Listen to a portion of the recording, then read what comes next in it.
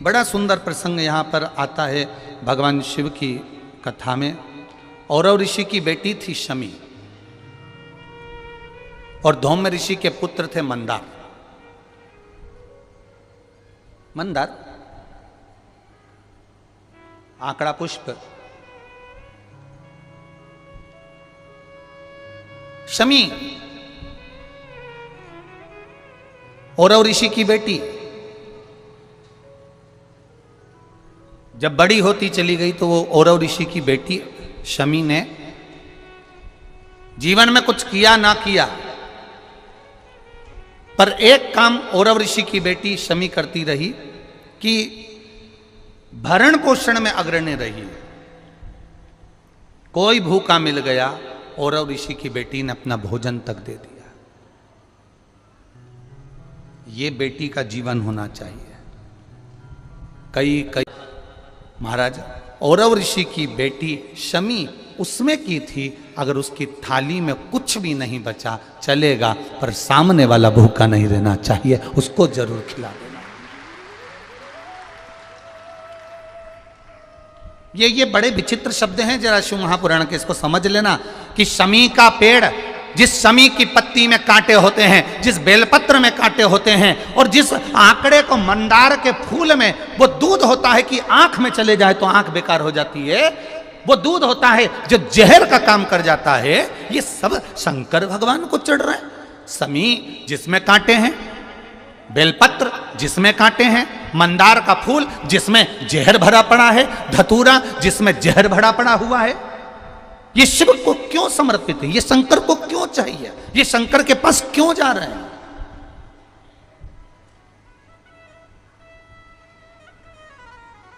क्यों?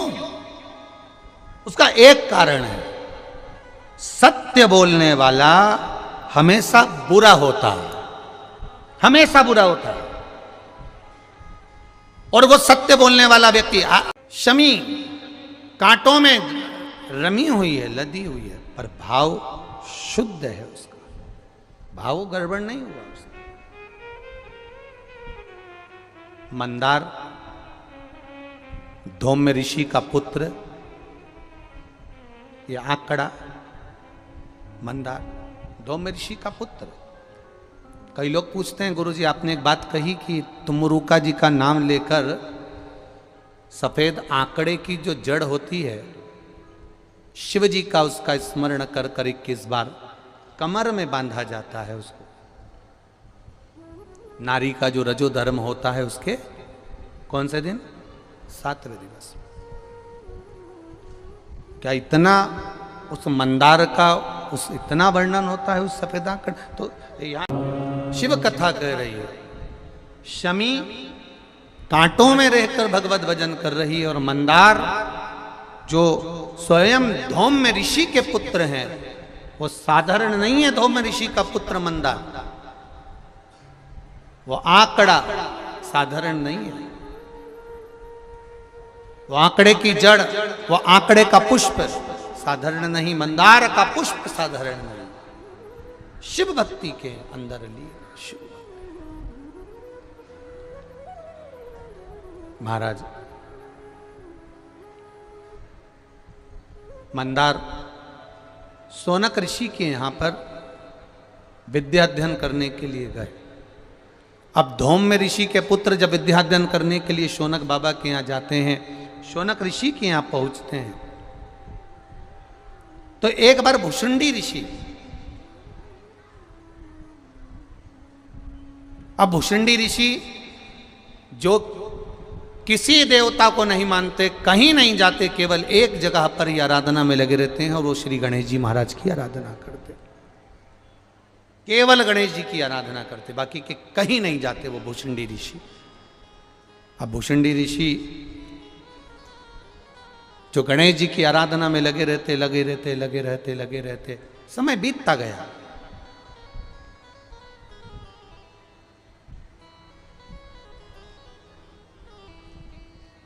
बहुत लंबा समय निकल गया गणेश जी की आराधना करते करते।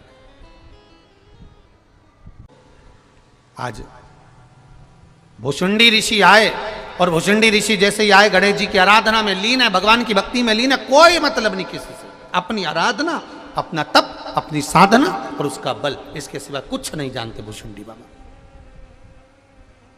भुषुंडी जी ने कुछ नहीं, कुछ नहीं। ऐसी तप साधना, ऐसी तप साधना श्री गणेश जी महाराज की करी। गणेश जी प्रसन्न हो गए और उनके प्रसन्न करने के लिए भुषुंडी बाबा के ऊपर गणेश जी यूं ही नहीं प्रसन्न हुए, भगवान देवादिदेव महादेव ने स्वयं ने भुषुंडी बाबा के लिए, भुषुंडी ऋषि के लिए देवादिदेव महादेव ने गणेश जी से कहा कि ये भुषुंडी ऋषि के पास जाओ, इतने सालों से तप कर रहे हैं, आराधना कर रहे हैं, कोई तो वर दो उनको, जाओ तप साधना के लिए, उनको प्रसन्न होकर वर दीजिए। भुषुंडी बाबा के पास में, भुषुंडी ऋषि के पास में श्री गणेश जी महाराज पहुंच गए और गणेश जी महाराज ने भुषुंडी ऋषि को देखकर तुरंत कहा, आपको क्या वर दूं मैं? शिव महापुराण की कथा कह रही। मंदार, शमी दोनों का मंगल विवाह हुआ। मंदार और शमी दोनों का मंगल विवाह हुआ, दोनों का मंगल विवाह। और दोनों का जब मंगल विवाह हुआ, दोनों का विवाह होने के बाद में दोनों घूमते हुए भ्रमण करते करते करते करते जा रहे थे, भ्रमण करते करते जा रहे।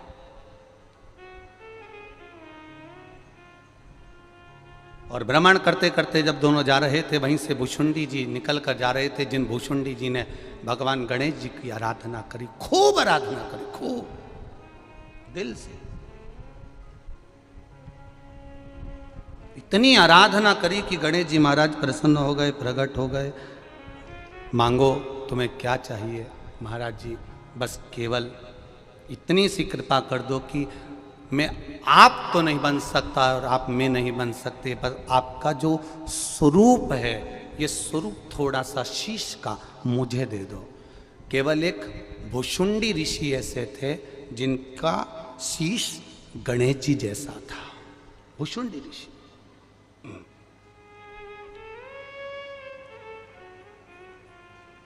जिनका शीश गणेश जी जैसा था।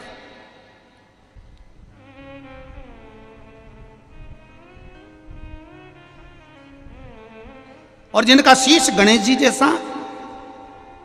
मंदार और शमी की शादी हो गई, इन दोनों ने हंसना प्रारंभ कर दिया। जो भुषुंडी ऋषि जा रहे थे इनको देखकर हंस दिए, बहुत तेज ठाका लगाकर हंसे, हंसे, दुख हुआ, हृदय में चोट पहुंची, हृदय दुखित हुआ, हृदय द्रवित हुआ, हृदय में दुख हुआ, द्रवितता हुआ।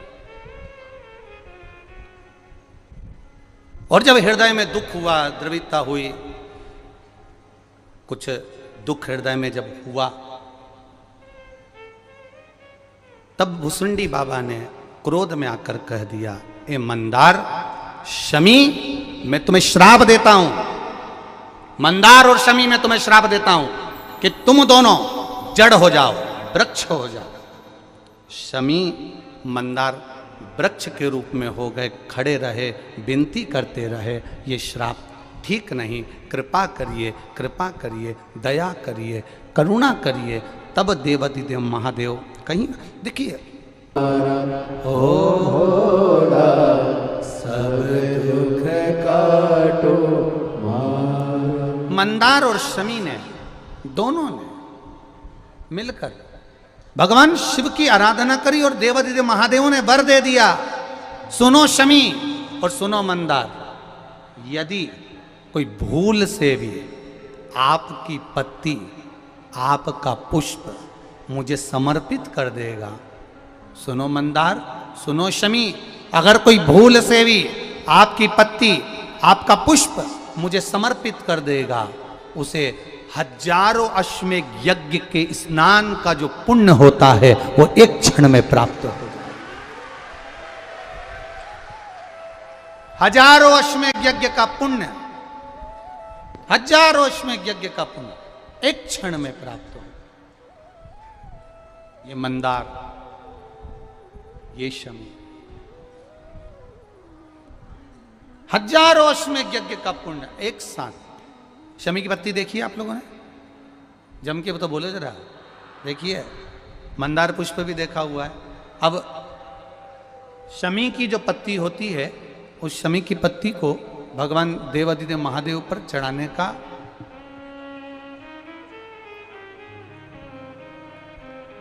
शमी की पत्ती जो होती है, उस शमी की पत्ती को चढ़ाने का एक नियम भी होता है। थोड़ा सावधानी से सुनना इस नियम को, जो आपके जीवन को सार्थक बना सकता है।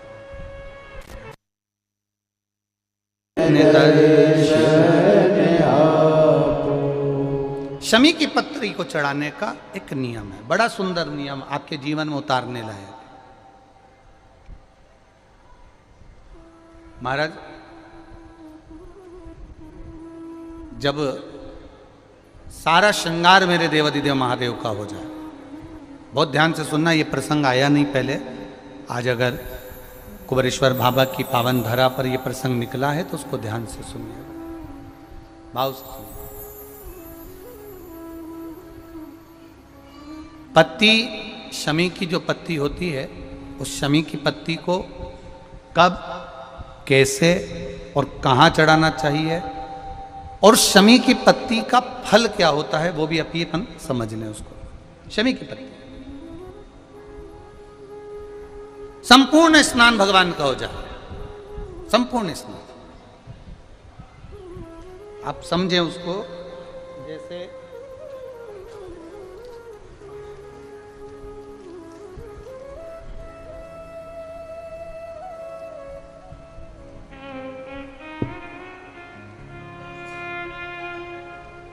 ये शिवलिंग है, जलाधारी, जल निकल कर जाने का स्थान, गणेश, कार्तिकेय, अशोक सुंदरी, जलाधारी मतलब माता पार्वती जी का हस्त कमल, शिवलिंग, शिव का स्वरूप, ऊपर जो जलाधारी लगी है उसमें से एक एक बूंद जो पानी नीचे गिर रहा है, जो पानी नीचे गिर रहा है, शिव जी की बेटियां जया, विषहरा, शामली बारी, दौतली, देव, शिव जी की पुत्री बेटियां। अब जब देवादिदेव महादेव को शमी का पत्ता चढ़ाया जाता है, कब चढ़ाते हैं, जब आपने संपूर्ण जलाधारी को हाथ से साफ कर दिया हो, शिवलिंग पर जल चढ़ा दिया हो, शिवलिंग का पूरा श्रृंगार आपने कर दिया हो, संपूर्ण श्रृंगार मेरे देवादिदेव महादेव का हो गया, संपूर्ण श्रृंगार। बाबा को चंदन का लेपन, अबीर, गुलाल, अक्षत, बेलपत्र, धतूरा, जो भी तुम्हें चढ़ाना है सब कुछ तुमने चढ़ा दिया, सारा श्रृंगार मेरे देवादिदेव महादेव का हो गया। तब शमी की पत्ती को मां जगत जननी की जो जलाधारी है उस पर मात्र स्पर्श कराकर शिव के शिवलिंग पर आखिरी में समर्पित कर देना चाहिए, जिससे हमारी मन की जो कामना है वो मां जगत जननी देवादिदेव महादेव से उनके कानों में श्रवण करा। शमी पत्र का एक बात और स्मरण में रहे, शमी पत्र की बहुत एक बात और अपने स्मरण में लीजिएगा। शमी पत्र दरिद्रता बहुत है, जब लगे आपको कि दरिद्रता बहुत ज्यादा है, किराया तक नहीं है, मैं कैसे जाऊं, कैसे उस महादेव के दर्शन पाऊं, कैसे उसकी चौखट पर जाऊं, कैसे उसको नमन करूं, तब उस जगह पर आप एक बेलपत्र, जहां से जलाधारी बहती है उधर एक बेलपत्र, जहां जलाधारी के ठीक विपरीत की स्थिति में, और 7 शमी पत्र मेरे महादेव के ऊपर, केवल आपके हृदय की बात कहते हुए शमी पत्र और बेलपत्र इस तरह से समर्पित। पहले ध्यान रखना, पहले पूरा श्रृंगार, स्नान, पूजन, चंदन, अक्षत, गुलाल, अबीर सब हो जाए, उसके बाद की बात है ये, उसके बाद की बात। एक बेलपत्र इधर, एक बेलपत्र इधर, और उसके ऊपर 7 शमी पत्र के पत्ते एक एक कर कर चढ़ाना, पूरे इकट्ठे कर कर नहीं, एक एक कर कर बाबा से विनती करते हुए। कांटों से भरी हुई शमी है, जिसको तूने निहाल कर दिया। मेरी जिंदगी भी कांटों से कम नहीं है, मैं जानती हूं तू मुझे भी निहाल कर देगा, तू मुझे भी निहाल कर देगा। खा एक मंदार एक शमी, दोनों में बल हो, दोनों में बल है। करो शिव की आराधना, जितना फल बेलपत्र को चढ़ाने पर प्राप्त होता है, जितना फल बेलपत्र को शिव को समर्पित करने पर प्राप्त होता है, वैसा ही माँ पार्वती जी ने, देवाधिदेव महादेव ने शमी को, जो कि औरव ऋषि की पुत्री हैं, मंदार जो कि धौम्य ऋषि के पुत्र हैं, इनको स्वयं शिव ने वर प्रदान किया है। शिव ने, भगवान शंकर ने।